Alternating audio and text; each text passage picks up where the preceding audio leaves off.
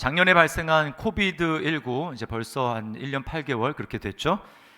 이제 많은 나라에서 기독교인들이 굉장한 박해와 또 차별을 받았다고 이야기를 합니다. 그래서 어려우니까 구호 물자, 구호 식량 이것을 주는데 기독교인이라는 이유로 배급에서 제외가 되기도 하고, 그리고 많은 이 무슬림 국가들에서는 무슬림들의 받는 양의 6분의 1 정도밖에 되지 않는 그런 양을 기독교인이라는 이유 자체로 그렇게 차별을 하고 줬다고 합니다. 우리는 지금 비교적 자유롭게 신앙생활을 하고 있습니다. 그러나 우리가 눈을 조금만 들어서 바라보면 그렇지 않고 굉장히 예수님 때문에 박해를 받고 신앙생활을 하는 사람들이 많이 있습니다. 가까이는 바로 우리 이북에 있는 동포들, 북한에 있는 형제들만 봐도 그렇죠. 해마다 오픈 도어스 선교회에서 기독교 박해 지수를 발표하는데 거의 20년째 부동의 1위를 지키고 있는 게 바로 북한입니다.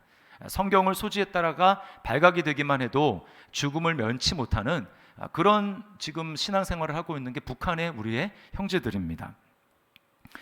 오늘 이제 팔복의 마지막인데요. 주님은 이 박해에 대해서 말씀합니다. 의를 위하여 박해를 받는 자는 복이 있나니 천국이 그들의 것이며. 여러분, 의를 위해서 박해를 받는다라는 게 뭘까요? 한 절 뒤에 보면 11절에 주님은 나로 말미암아 너희를 욕하고 박해하고 거짓으로 너희를 거스려 모든 악한 말을 할 때에는 이렇게 이야기를 합니다. 그러니까 의를 위해서 핍박을 받고 박해를 받는다라는 것은 곧 예수님 때문에, 내가 예수님을 믿기 때문에 받는 고난과 박해를 말하는 거예요. 여러분, 이 말씀이 지금 오늘날 2021년 대한민국을 살아가는 저와 여러분들, 대한민국에서 예수님을 자유롭게 믿는 저와 여러분들에게 무슨 해당이 될까요? 우리는 얼핏 보면 우리는 예수님 믿는 때문에, 저도 마찬가지입니다만 그렇게 박해를 받는 일이 없는데? 라는 생각을 하게 됩니다. 그러면 이제 문제가 생기는 거예요. 그 다음에 뭡니까? 뒤에 복이 있나니 천국이 그들의 것이며. 첫 번째 복에서 심령이 가난한 자가 천국이 그들의 것이라고 했는데, 지금 마지막에서 주님은 의를 위해서 박해를 받는 자가 복이 있는데 천국이 그들의 것이다. 처음에 얘기했던 게 뒤에 다시 확인이 되고 있습니다. 그러면 우리 자신에게 이렇게 물어볼 수밖에 없어요. 나는 예수님을 믿는데 별로 박해를 받는 일이 없는데 나는 그러면 천국에 합당하지 않은 자인가? 라는 생각을 하게 되는 것입니다. 자, 우리는 예수님이 이 말씀을 하신 것이 도대체 무슨 뜻이고, 이 말씀이 우리에게, 하나님이 이 말씀을 통해서 우리에게 하시는 메시지가 과연 무엇인지 세 가지의 질문을 던지면서 좀 은혜를 받으려고 해요. 첫 번째 질문은 뭔가? 박해 없이 신앙생활은 할 수 없는 것인가? 라고 하는 것입니다. 결론부터 말씀을 드리면 할 수 없다라는 것입니다. 저도 그렇지 않다고 말씀을 드리고 싶어요. 이때까지는 다 좋았는데 마지막에 와가지고 결국은 이 얘기를 하는구나 라고 했을 때 여러분이 참 어렵습니다. 저도 여러분에게 설교하기가 굉장히 부담스러워요. 자, 그럼에도 불구하고 오늘 본문은 우리에게 명확하게 말씀하고 있습니다. 여기 보니까 10절에 박해를 받은 자 이렇게 이야기를 하는데요. 이 박해를 받은이라는 말은 완료형으로 지금 쓰고 있습니다. 그 얘기는 뭐냐면 이미 박해를 받았고 그리고 이제 천국이 그들의 것이다 이렇게 되어 있어요. 이게 무슨 얘기냐면 우리가 이제 팔복을 살펴봤습니다. 이제 어제까지 7가지의 복에 대해서 살펴봤어요. 자, 한번 이제 특세에 나오지 못한 분도 계시니까 이제 반복을 한번 해보겠습니다. 복습을. 자, 심령이 가난한 것이 뭐라고 있습니까? 내가 영적으로 하나님 앞에 파산한 자고 내가 하나님께 내놓을 것이 아무것도 없는 사람이다. 그래서 하나님께 손을 벌려야 하고 하나님의 은혜를 구해야만 하는 존재다. 그런 사람이 천국에 이제 천국을 소유할 수 있다고 그랬죠. 그런 사람은 어떤 사람이냐? 또 자신의 죄를 보면서 애통하는 사람입니다. 자신의 죄를 통회하면서 고백하고 돌이키는 사람이에요.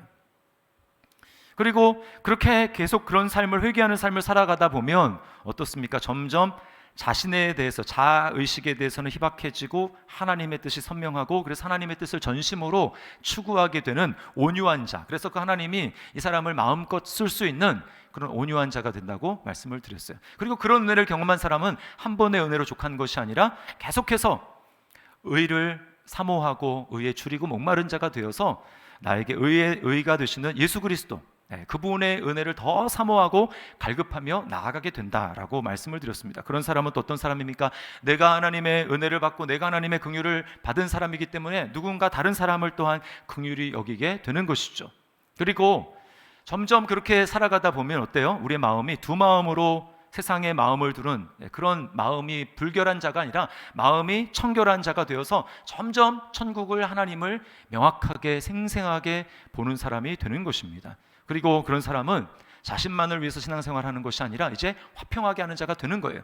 하나님과 화평한 관계 있지 않은 사람에게 복음을 전하고 또 공동체 안에서 관계가 깨어져 있고 갈등하고 있는 그 사이에 들어가서 어떻게든 그 관계를 회복시키고 하려고 노력하는 화평하게 하는 자가 된다라는 것입니다. 이렇게 7가지의 이 복, 이게 팔복이 예수님의 성품이라고 말씀을 드렸잖아요. 이렇게 예수님의 성품을 닮아서 내가 그 길을 가려고 애쓰는 사람, 그렇게 애썼더니 그 결과 우리에게 찾아오는 게 뭐냐? 박해라는 거예요. 그래서 여러분, 오늘 이 팔복의 마지막은 의를 위하여 박해를 받은 자는 복이 있나니, 이 말은 앞에서 말씀하는 복이 있나니라고 하는 7가지의 복을 온전히 살아낸 사람이기 때문에 결과로 당하는 박해요, 핍박이요, 예수님을 위한 욕이라는 것, 욕을 당한다라는 것입니다. 여러분, 이 팔복은 예수님의 성품이기 때문에 우리가 이렇게 정말 살려고 애쓰고 그렇게 삶을 살아나게 될 때 세상은 우리를 매우 부담스러워합니다. 세상은 우리를 좋아하지 않아요. 멀리 두고자 하고 우리를 싫어하게 되어 있습니다.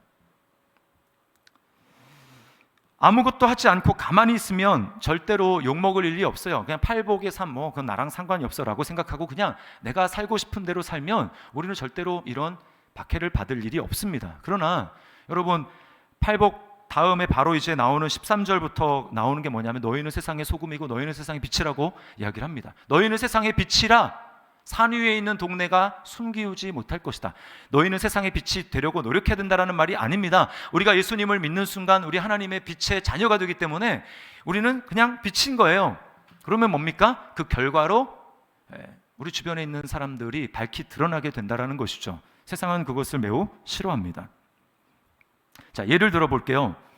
화평하게 하는 자, 우리가 7번째 그 복에 대해서 제가 뭐라고 말씀드렸습니까? 우리가 화평하게 된 자로서 화목하게 하는 직분을 받아서 우리가 복음을 전하는 사람이 된다라고 그렇게 말씀을 드렸어요. 근데 자, 복음을 전한다고 한번 생각을 해보세요. 그러면 당연히 뭐가 있습니까? 복음이 복음되기 위해서 먼저 정죄가 있잖아요. 당신은 하나님 앞에 죄인입니다. 이 얘기를 해야 된다고요. 그래야 복음이 복음되지, 당신이 하나님의 그 구원을 받아야 되는 존재라는 것을, 죄인이라는 것에서 이게 확인이 돼야 된다고요. 그러면 싫어하는 거예요. 멀쩡한 사람이 갑자기 죄인이라고 얘기하는, 그렇게 얘기하는 복음, 그렇게 얘기하는 교회, 그렇게 얘기하는 하나님, 이게 싫은 것입니다.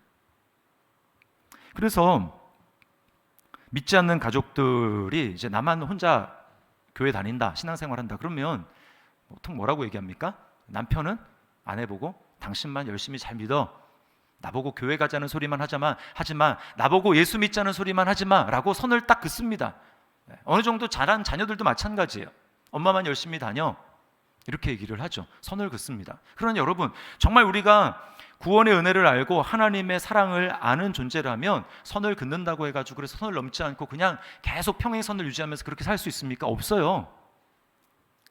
어떻게든 구원을 하려고 하고 어떻게든 복음을 전하려고 하고 어떻게든 그가 하나님 앞에 나올 수 있도록 하기 위해서 애쓴다는 말입니다. 선을 넘게 되죠. 그럼 어떻게 됩니까? 애매하게 유지하고 있던 그 평화가 깨지는 거예요. 어색해집니다.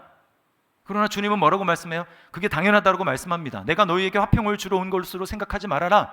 나는 너희에게 검을 주러 왔다. 그냥 진리가 가려진 채로 거짓으로 그냥 포장하고 있는, 그래서 좋고 좋은 게 좋은 것이다 라고 하면서 덮는, 그게 주님 말씀하시는 평화가 아니라는 거잖아요. 그래서 복음을 전하게 될 때 어떤 경우에는 욕을 먹기도 하고 면전에 대고 욕을 먹기도 하는 것입니다. 우리가 초창기에 복음을 전하지 않았습니까? 노방전도도 하고 또 아파트에서 이제 뭐 홍보도 하기도 하고 그렇게 했습니다. 그때 제가 한 남성분을 만났는데 저한테 눈을 부라리면서 쌍욕을 하더라고요. 제가 그때 이 말씀을 딱 기억하면서 그럼에도 불구하고 막 기뻐하고 즐거워했어야 되는데 그러지 못하고 막 제가 막 고소한다고 하니까 당장 그만두지 않으면 제가 막 쪼그라들었어요.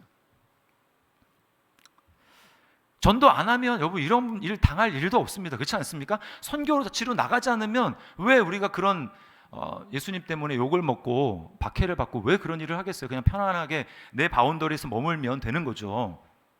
그런데 그럴 수 없다라는 것입니다. 밖에서 복음 전하는 일뿐만 아니에요. 교회 안에서도 마찬가지입니다.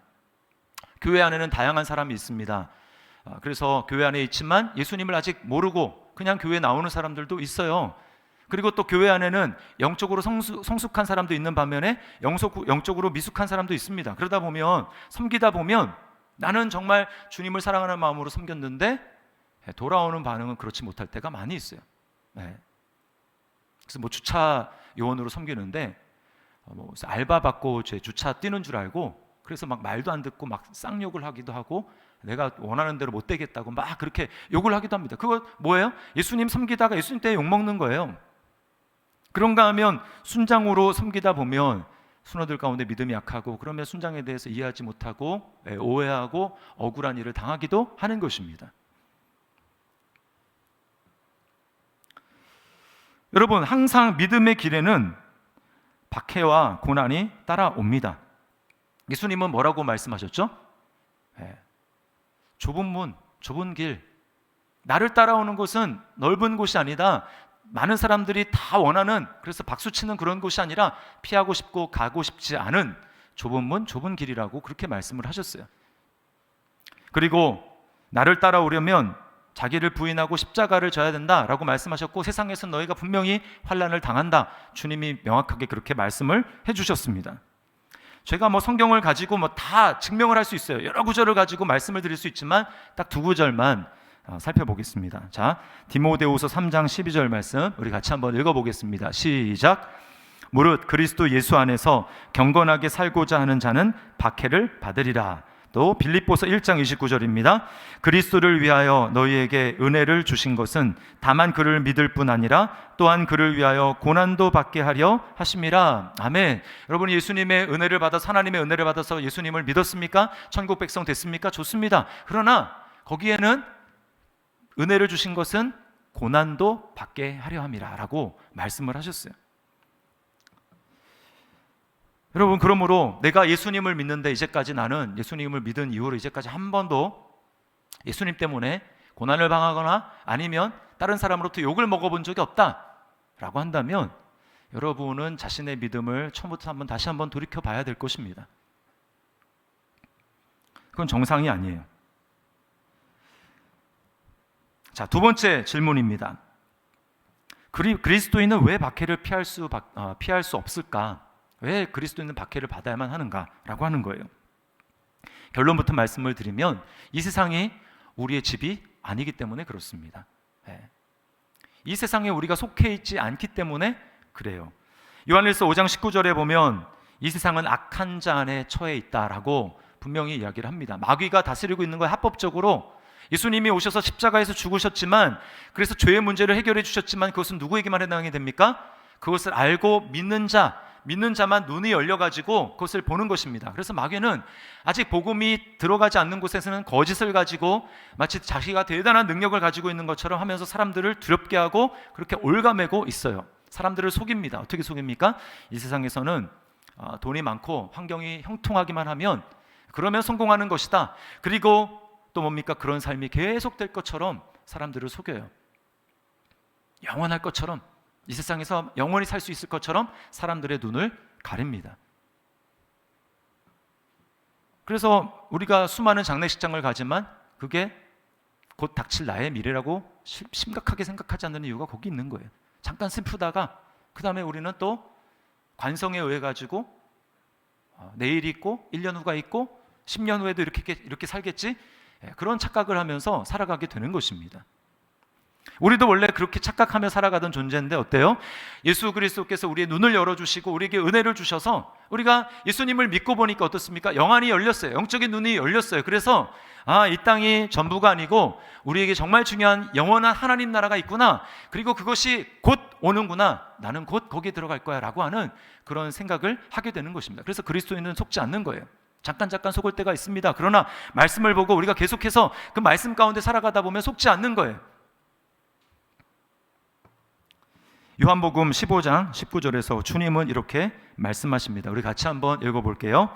너희가 세상에 속하였으면 세상이 자기의 것을 사랑할 것이나 너희는 세상에 속한 자가 아니요 도리어 내가 너희를 세상에서 택하였기 때문에 세상이 너희를 미워하느니라. 네, 뭐라고 말씀합니까? 우리가 원래 세상에 속한 존재였는데 주님이 우리를 거기 두지 않으시고 거기서 우리를 건져내셨어요. 구해내셨어요. 그래서 예수님께 속한 자로 만들어 주셨습니다. 천국에 속한 자로 만들어 주셨어요. 그러니까 세상은 더 이상 우리 편이 아닙니다. 마귀가 그걸 싫어하는 거예요. 그래서 우리를 핍박하는 것입니다. 우리를 박해하는 거예요. 우리 편이 아니니까. 팀 켈러 목사님에게 상담을 온 성도들이 있습니다. 그러니까 정말 믿음으로 세상 가운데 잘 살아보려고 믿음으로 정말 신앙의 양심을 따라서 살기를 원하는데 세상이 녹록치 않은 거예요. 한 청년은 이제 비정규직으로 직장에 취업을 했습니다. 그래서 너무 감사하고 그리고 교회에서 가르침을 받은 대로 직업이지만 그 안에서 정말 내가 예수님을 섬긴다 그런 마음을 가지고 정말 열심히 성실하게 일을 했어요. 그랬더니 벌써 이제 막 태클이 들어오는 거예요. 다음 날 정규직 여러 명이 이렇게 오더니 이 청년 보고 그렇게 이야기를 합니다. 너무 열심히 하지만 너 때문에 우리가 게을러 보이잖아. 너 계속 그 일을 하고 싶으면 적당히 해. 이렇게 이야기를 하는 것입니다. 그런가 하면 신실한 그리스도인이 경찰관이 됐어요. 그래서 정말 신앙의 양심에 따라 주님을 섬기려는 그런 마음을 가지고 섬기는데 이제 경찰은 구역 있잖아요. 그 구역 안에 윤락업소들이 있는데 그 윤락업소 주인들이 뭐 잘 봐달라면서 이렇게 뒷돈을 줍니다. 자기가 그걸 받지 않은 거예요. 그냥 문제 생길 때 떳떳해야 되지 않습니까? 경찰이 공권력을 행사해야 되는데 받지 않았어요. 그랬더니 어떤 일이 일어났냐면 다른 경찰들이 와가지고 이렇게 협박을 합니다. 자네가 뇌물을 받지 않으면 우리도 자네의 뒤를 봐줄 수 없네. 그냥 좋은 게 좋은 것으로 생각하고 눈 딱 감고 그냥 타협을 하면 여러분 이런 협박과 또 예수님을 믿기 때문에 당하는 끝까지 그렇게 고소하면 어떻게 되겠습니까? 무슨 일을 당할지 몰라요. 그런 일을 우리가 뭐 드라마상에서 영화에서 많이 보지 않습니까? 그럼에도 불구하고 왜 우리가 그렇게 타협할 수 없는 것입니까? 이 세상에 속한 존재가 아니기 때문에 우리는 주님을 섬기는 사람이기 때문에 그런 것입니다. 여러분은 자신을 누구라고 생각합니까? 여러분이 가는 길 끝에 여러분 누구를 만날 것이라고 그 끝에 만날 분을 바라보면서 그렇게 살고 있습니까? 우리가 주님이 기뻐하시는 일을 순종하며 살 수 있는 원동력이 바로 여기 있는 거예요. 나는 이 세상에 속한 존재가 아니다. 나에게는 하나님의 나라가 있고 나에게 곧 그 나라가 다가올 것이며 나는 그 나라에 완성된 나라에 들어갈 것이다 라고 하는 긴 것 같지만 짧은 삶을 이후에 나에게는 그 나라가 예비되어 있다 라고 하는 이 확신, 이것을 가지고 우리가 세상과 다르게 살 수 있는 힘이 거기서 나온다라는 것입니다. 세상은 내 집이 아니에요. 그래서 우리는 다른 선택을 할 수 있습니다. 히브리서 11장에 보면 많은 믿음의 사람들 이야기가 나오죠.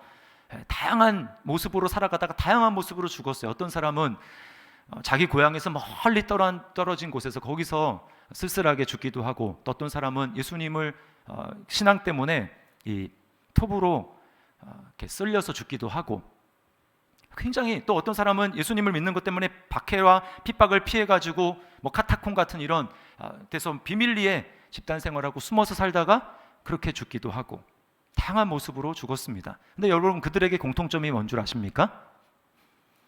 그들에게 공통점은 그들이 이 세상을 자기의 나라라고 생각하지 않았다라는 거예요. 나는 영원히 이 세상에 살 존재라고 생각하지 않았다라는 것입니다. 자신은 잠깐 여기 머물다가 갈 나그네로 생각을 했다라는 거예요. 그리고 자신의 영원한 고향은, 자신의 영원한 나라는, 내 나라는 저 천국이다, 이렇게 생각했다라는 것입니다. 히브리서 11장 16절 말씀 이렇게 보세요. 이렇게 되어 있습니다. 그들이 이제는 더 나은 본향을 사모하니 곧 하늘에 있는 것이라. 여러분, 세상이 우리를 미워하는 이유가 바로 여기에 있습니다. 그러므로 우리는 내 끝에서 만나게 될 나의 나라, 나의 집, 그리고 내가 만나게 될 나의 사랑하는 주님, 그분을 내 끝에, 시선의 끝에 두면서 날마다 자꾸 희미해지죠. 자꾸 우리가 세상으로 눈을 향하지만 계속해서 우리가 돌이켜서 계속해서 내 시야에서 그분이 사라지지 않도록 예수님을 바라보고, 그래 내가 내 이 길을 가는 끝에서 나는 예수님을 만날 거야 라고 하는 그 시선을 주님께로 향하며 날마다 그 길을 걸어가야 돼요. 자, 그럼 세 번째입니다. 주님을 위해 고난당하는 자들에게 약속된 복은 무엇일까요? 네, 오늘 주님께서는 명확하게 말씀을 하세요. 천국이 그들의 것이며 하늘에서 너희 상이 클 것입니다 라고 말씀을 합니다.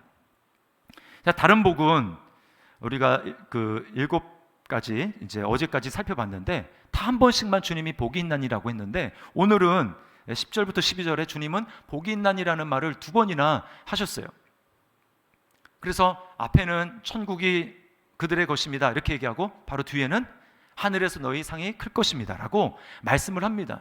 여러분, 왜 다른 것은 한 번만 복이 있다고 말씀하시는데 왜 박해를 받는 자들에게는 2번의 복을 약속할까요? 존 메가더 목사님이 이 부분에 대해서 그것은 박해받는 자들이 두 배의 복을 받을 것이기 때문이다 이렇게 이야기를 했어요. 저는 그 말이 참 맞다고 생각을 합니다. 박해받는 자가 2배의 복을 받는 거예요. 주님은 천국이 그들의 것이미요 라고 해서 하는 데서 그치지 않고 바로 뒤에 하늘에서 너희의 상이 클 것입니다 이렇게 말씀을 하셨습니다. 여러분, 왜 주님이 상급을 말씀하실까요? 하늘에서 너희 상이 크다. 그 말은 기대하라는 말 아니겠습니까? 기뻐하고 즐거워하라. 하늘에서 너희 상이 크다. 주님이 우리의 신앙생활의 동기를 이 상급에 놓고 하기를 원하시기 때문에 그렇습니다. 여러분, 이것은 속된 게 아니에요. 성경에 보면 상급에 관한 이야기가 참 많이 나옵니다. 바리새인들을 향해서 주님은 너희는 내게 받을 상이 없다. 사람들 앞에서 이미 상 다 받았다. 자랑하니까, 떠드니까.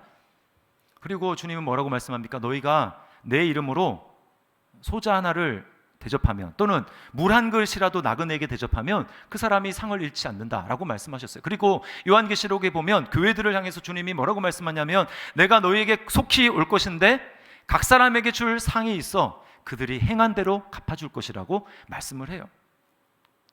여러분, 바울 사도는 뭐라고 얘기를 합니까? 그의 시선은 항상 마지막 날에 내가 주님으로부터 받을 그 상에 가 있었어요. 상에. 바울이 천박한 것입니까? 아니죠. 바울 사도가 뭐라고 합니까? 나는 나를 위해서 부르신 부름의 상을 향해서 오늘도 달려간다, 쫓아간다 라고 말씀을 하고 있습니다. 그러므로 여러분, 우리가 주님이 상에 대해서 하늘의 상이 크다라고 말하면 그것을 보면서 욕심을 내야 되는 거예요. 오늘날 너무나 많은 우리는 세련돼서 신학 지식이 많이 세련돼 있고 성경에 대해서 많이 안다고 해가지고 마치 천국의 상급을 바라면서 신앙생활하는 것이 굉장히 유치한 것처럼 치부하고 그렇게 사는 사람들이 많습니다. 그럼 그것은 주님의 의도를 오해하는 거예요. 물론 예전에 제가 말씀을 드리기도 했지만 부흥사 목사님들 중에 천국을 조금 잘못 비유를 하는 바람에 주님을 위해서 열심히 살지 않으면, 주님을 위해 충성하지 않으면 하늘나라에서 개털 모자를 쓰고, 주님을 위해서 충성한 사람은 금면류관을 쓴다라고 이렇게 얘기한 것 때문에 그러니까 지금 지나서 생각해 보면 굉장히 유치하잖아요. 명확한 것 한 가지가 있습니다. 천국에서 상급은 물질적인 보상이 절대 아니라는 거예요. 그때는 더 이상 물질적인 것에 의미가 없습니다. 우리는 그런 존재를 이미 초월했기 때문에 그게 그런 존재가 아니에요. 그러나 중요한 것은 뭐냐면 주님은 그럼에도 불구하고 상을 바라보며 우리가 신앙의 동기부여를 받고 믿음으로 열심히 살아가기를 주님이 기대하신다라는 것입니다. 큰 상이 클 것이요. 그 말은 뭐예요? 어떤 사람은 작은 상을 받을 사람도 있다라는 거예요. 구체적으로 뭔지 그것을 성경에서 이야기하지 않기 때문에 명확하게 말씀을 드릴 수 없지만, 그럼에도 불구하고 우리가 주님이 주실 상이니까 정말 좋은 걸 거야 라고 생각하면서 동기부여를 받아서 열심히 신앙생활을 하고 주님을 향해 뛰어가고 할 수만 있으면 주님을 위해서 내가 욕을 당하고 핍박을 받는 것, 여러분 그렇게 하는 게 정상이죠. 그것을 유치한 것으로 생각하면서 마치 자신은 뭐 그런 걸 다 초월한 양 거기에 동기부여를 받지 않는다. 여러분 그 사람의 문제가 있는 것입니다. 주님의 의도를 모르는 거예요.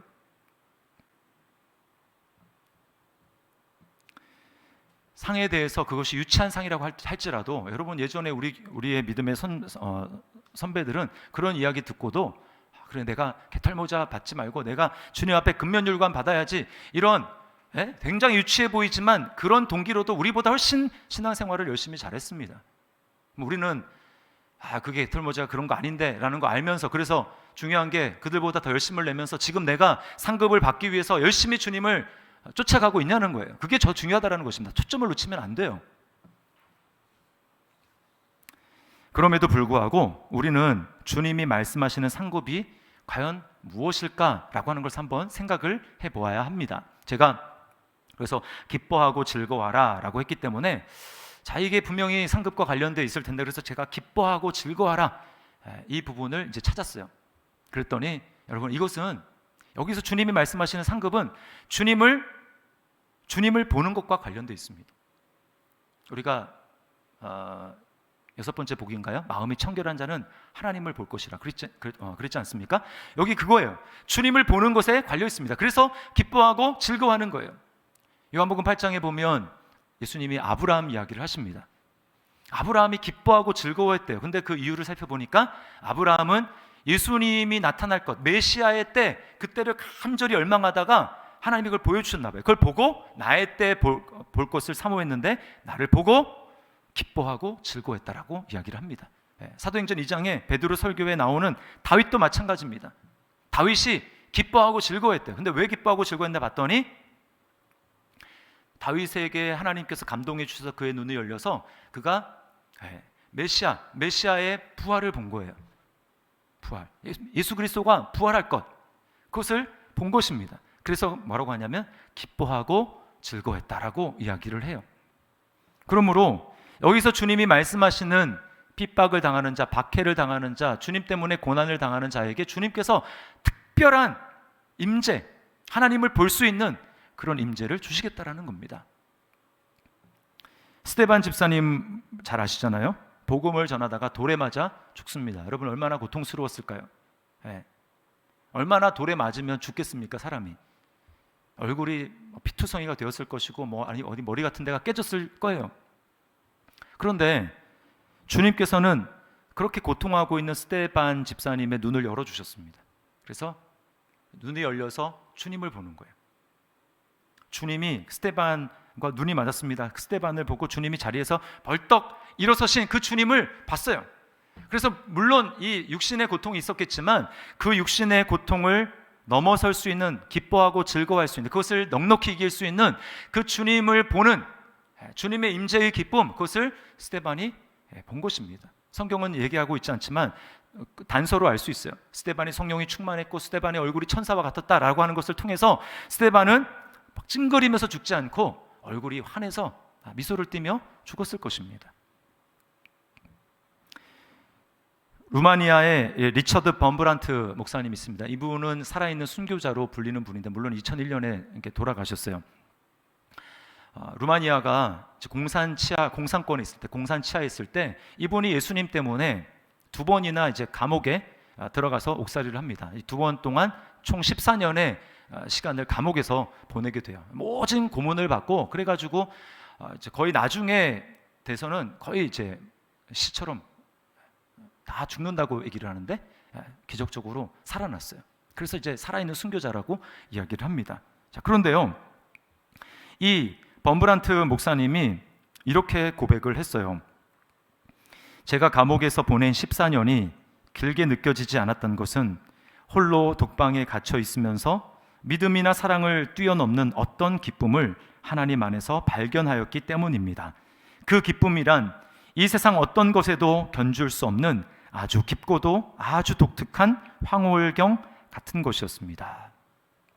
한마디로 남들은 모진 고통이었어. 내가 정말 저 자리까지는 가지 말아야지 라고 생각하는데 정작 이 범브란트 목사님은 정말 기쁨이 있었다는 거예요. 남들이 이해하지 못하는 황홀경 같은 천국의 경험을 했다라는 것입니다. 출소할 때 이렇게 고백을 했어요.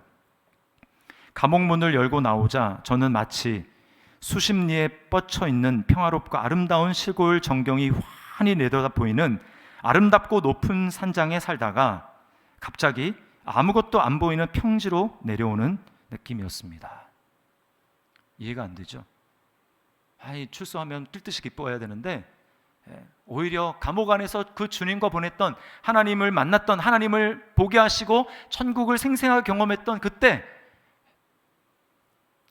그런 순간에서 나오니까 오히려 아무것도 안 보이는 그런 평지에 내려와 있는 것 같았다라고 이야기를 합니다. 여러분, 우리 중에 이런 걸 상상할 수 있는 사람이 없을 거예요. 우리는 그런 주님을 위해서 핍박을 받아보지도 않았고 고난을 받아보지도 않았기 때문에 주님의 이런 천국이 그들의 것이며 내가 너에게 큰 상을 준다라고 하시는 그 주님을 보는 천국 자체의 경험, 우리는 그런 게 없습니다. 그러나 우리가 막연한 두려움을 가질 필요는 없을 것 같아요. 왜냐하면 우리가 지금 아는 대로 그런 걸 억지로 우리가 추구할 수는 없지 않습니까? 지금 내게 주어진 삶 가운데 주님이 나에게 복이 있다라고 말씀하시는 그 팔복의 말씀을 내가 최대한 살아내려고 노력하고 그 말씀에 순종하며 나아가게 될 때, 주께서 우리에게 그런 어떤 위험, 박해, 고난, 그런 것을 받게 될 때 우리 또한 그 주님의 임재 가운데 넉넉히 그것을 이길 수 있는 그런 은혜를 우리에게 주실 줄 믿습니다. 그러니까 지금 내가 지금 신앙으로 과연 그런 일이 당하면, 어렸을 때 이제 그런 질문 많이 하잖아요. 공산당에 내려와가지고 총뿌리를 갖다 대고 너 예수 믿을래 죽을래? 라고 하면 뭐라고 대답할래? 이런 질문 많이 하지 않습니까? 지금 그런 질문은 의미가 없어요. 그러나 우리가 분명한 것 한 가지는, 그렇게 예수님을 날마다 믿고 예수님을 보기 위해서 애쓰고 팔복의 삶을 살아내려고 그렇게 주님과 동행하는 삶을 애쓰며 나아갈 때, 눈앞에 날마다 그 천국에 소망하는 삶을 살아가며 나아갈 때, 그때 우리가 주님을 박해받는 때가 오게 될 때 주님께서는 반드시 우리에게 천국이 경험되는, 하나님 나라가 경험되는 그런 은혜를 주셔서 그 박해도 이기게 해주실 거라는 것을 믿는 것입니다. 우리는 이 말씀이 나랑은 지금 별로 상관없어라고 생각하면서 이 말씀을 제껴놓는 것이 아니라 우리는 이 말씀 앞에서 우리를 다짐해야 됩니다. 제가 생각하기에 점점 우리나라도 예수 믿는 것 때문에 핍박을 받는 그런 나라가 되어가고 있어요. 여러분이 느끼는지 모르겠지만 코로나 1년 8개월 동안에 전국적으로 문 닫은 교회가 10,000개라고 합니다. 여러분 상상할 수 있습니까? 10,000개? 그런가 하면 어느 지방자치단체, 어느 시에서는 새로운 교회가 상가에 들어오지 못하도록 하는 그런 조례가 통과가 됐어요. 그러니까 교회가 개척을 할 수 없는 거예요. 기존에 있던 데까지만 허락하고 새로운 교회가 들어오지 못하는 것입니다. 여러분, 명백한 탄압이고 차별이죠. 그런가 하면 제가 몇 번 말씀을 드렸지만 차별금지법, 평등법, 이게 지금 국회에 발의가 되어 있습니다. 그게 통과가 되면 어떤 일이 벌어질까요? 학교에서 친구들끼리 논쟁이 붙고 토론이 열리는데, 나는 그거 동성애는 잘못됐다고 생각해 라고 하는 것 때문에 혐오 발언이다라고 해서 내 신앙 양심에 따라서 그렇게 얘기를 했는데 그것 때문에 벌금을 물거나 감옥에 가거나 하게 되는 일이 생기는 거예요. 여러분, 우리는 지금부터 이 말씀은 나랑 상관없어라고 할 것이 아니라 지금부터 내가 그런 때가 되면 사랑하는 내 주님을 위해서 나는 박해를 당할 거야, 나는 핍박을 당할 거야 라고 지금부터 결심하고 그때를 준비하는 게 필요하다라는 거예요. 범브란트 목사님이 이 석방이 된 한 몇 개월 지난 다음에 어느 날 아이들을 데리고 사자울이 있는 그 동물원으로 갔습니다. 그러면서 아이들에게 이렇게 말을 했어요. 너희 기독교 신앙의 선배들이 이런 사자와 같은 야수들의 우리에 던져졌단다. 그들은 예수님을 믿었기 때문에 기쁘게 죽었단다. 너희들도 그리스도를 믿기 때문에 감옥에 갇히고 고통을 받게 될 때가 올지 모른다. 이제 너희들은 그날에 대비할 준비가 되어 있는지 결정을 지어야 한단다. 여러분, 아무것도 모르는 아이들한테 이런 얘기를 하는 거예요. 그랬더니 아이들이 이렇게 대답을 합니다. 아이들은 눈에 눈물을 글썽이며 한 사람씩 네라고 대답을 했대요. 여러분, 아무것도 모르는 아이들한테 범브란트 목사님이 그렇게 이야기를 했다면 이미 예수님을 알고 예수님이 어떤 분이신지 알고 신앙생활한 지 몇 년이 되고 훈련도 받고 하나님이 어떤 분인지 알고 있는 저와 여러분들은 어떨까요? 우리도 준비해야 되는 거예요. 내가 예수님을 믿다가 그런 일이 닥치면 나는 주님을 위해서 그렇게 박해를 받아야지, 피하지 말아야지, 회피하지 말아야지. 여러분, 우리가 그렇게 결단해야 되는 거예요. 사실 여러분, 말씀을 드렸지만 이 팔복은 예수님의 성품입니다. 그래서 의를 위해서 박해를 당하는 것, 그래서 천국을 소유한 것, 이것은 예수님이 하신 일이에요. 예수님은 박해를 받을 필요가 없는 분이었는데도 불구하고 우리를 위해서 이 땅 가운데 오시고 우리의 죄를 위해서 십자가에서 고통하시고 죽으셨습니다. 그리고 부활 승천하셔서 하나님 보좌 우편에 앉으셨어요. 그 주님께서 우리에게 말씀합니다. 내가 너희에게 성령을 부어주고, 그래서 내가 너희에게 어려움을 당할 때 내가 너희와 함께 할 거야. 세상에서는 너희가 환난을 당하지만 담대하라, 내가 세상을 이기었노라. 세상을 이기신 주님께서 성령으로 우리와 함께하고 있기 때문에 우리는 때때로 예수님 때문에 박해를 받는 일이 다가온다 할지라도 여러분, 우리는 이길 수 있습니다. 우리는 넉넉히 감당할 수 있어요. 예수님은 정작 가장 필요해서 가장 박해가 심은 십자가 위에서 아버지로부터 고개 돌림을 당하시는, 버려지는 일을 당하셨지만, 그러나 우리는 그렇지 않습니다. 우리는 박해를 받는 현장에 주님께서는 얼굴을 돌리지 않냐시고 우리와 함께 하시고, 내가 너와 함께 한다, 사랑하는 아들아 사랑하는 딸아 힘을 내라, 내가 이겼기 때문에 너도 이길 수 있어. 우리 주님이 우리에게 힘과 격려와 위로를 주시면서 믿음으로 이끄시는 거예요. 여러분 기억하십시오. 팔복은 예수님의 성품입니다. 그리고 우리는 예수님을 믿었기 때문에 우리 안에는 성령으로 지금도 계속해서 성령님께서 예수님을 닮아가도록 우리를 이끄세요. 그래서 팔복은 우리랑 상관없는 말씀이 아니라 팔복은 우리가 살아내야 될 말씀입니다. 표준이 되기도 하고 계속해서 살아내야 될 말씀이에요. 이 말씀대로 살아가게 될 때 세상은 우리를 좋게 보지 않을 것입니다. 박해할 것입니다. 욕할 것입니다. 대적할 것입니다. 그 이유는 우리가 더 이상 세상에 속한 존재가 아니라 예수님께 속한 존재, 거룩한 존재, 하나님 편인 자, 이 땅이 우리의 나라가 아니라 영원한 하나님 나라가 우리의 나라인 신분이 바뀌었기 때문에 그러한 거예요. 그러므로 여러분, 박해는 나랑 상관없다 이렇게 하지 마시고, 주님 제가 부족하지만 연약하지만 내가 예수님을 더 알기를 원하고 주님께 더 가까이 나가기를 원하고 이 말씀대로 살아내면서, 그래서 박해가 내게 올 때, 여기 내게 찾아올 때 주님 제가 기쁨으로 제자들처럼 감당할 수 있도록 주님 내가 그런 삶을 살겠습니다, 내가 그런 삶을 결단합니다, 나에게 그런 은혜 주십시오 라고 하나님 앞에 기도하며 나아가는 저와 여러분들이 될 수 있기를 주님의 이름으로 축원합니다. 우리 말씀을 기억하면서 주님 다시 오실 때까지 나는 이 길을 가리라, 좁은 문 좁은 길 나의 십자가 지고. 그래서 그 끝은 어떻게 됩니까? 나의 가는 이 길 끝에서 나는 주님을 보리라. 주님을 보는 것이 우리의 상급입니다. 그 주님이 나를 맞아주신다고 이렇게 말씀을 해요. 우리가 이 시간 이 찬양 하나님 앞에 우리의 새로운 결단을 가지고 고백하며 나가겠습니다.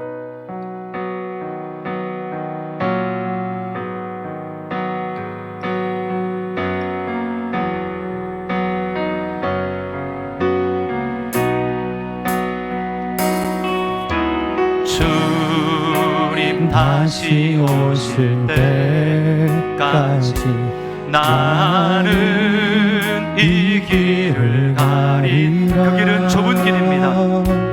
좁은 문 좁은 길 나의 십자가 지고. 나의 가는 이 길 끝에서, 나의 가는 이 길 끝에서 나는 주님을 보리라. 영광의 내 주님, 영광의 내 주님, 나를 맞아주시리. 주님 다시 오실 때 바울 사도처럼 일어나서 달려갑니다. 나는 일어나 달려가리라. 주의 영광 온 땅 덮을 때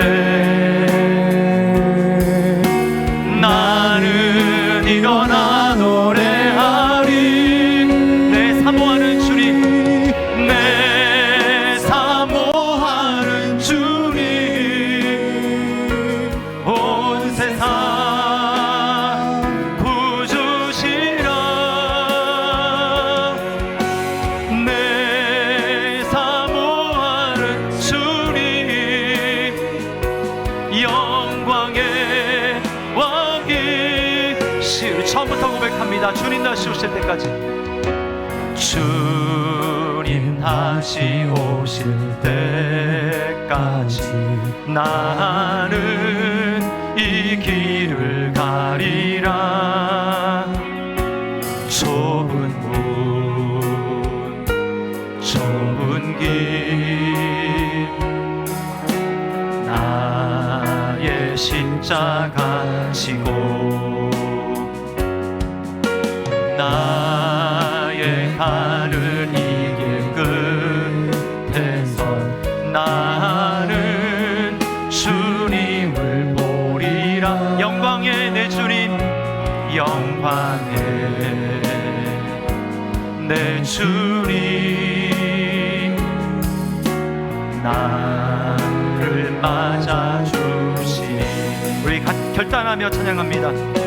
주님 다시 오실 때까지 나는 일어나 달려가리라.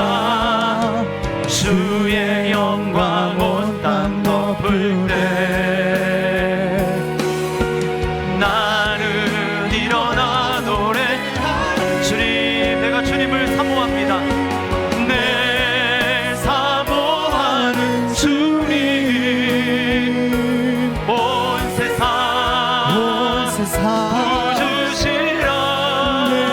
구주시라. 내 사모하는 주님, 영광의 왕이시라. 내 사모하는 주님, 내 사모하는 주님, 온 세상 구주시라. 내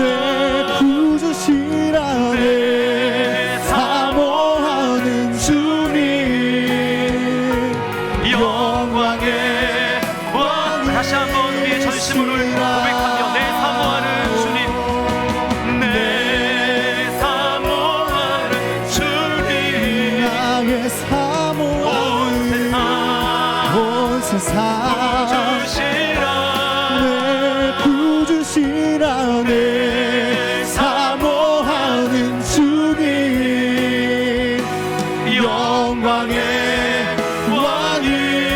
왕이시라. 우리 시간의 말씀을 기억하면서 우리 기도하기를 원합니다. 우리 결단하며 기도했으면 좋겠습니다.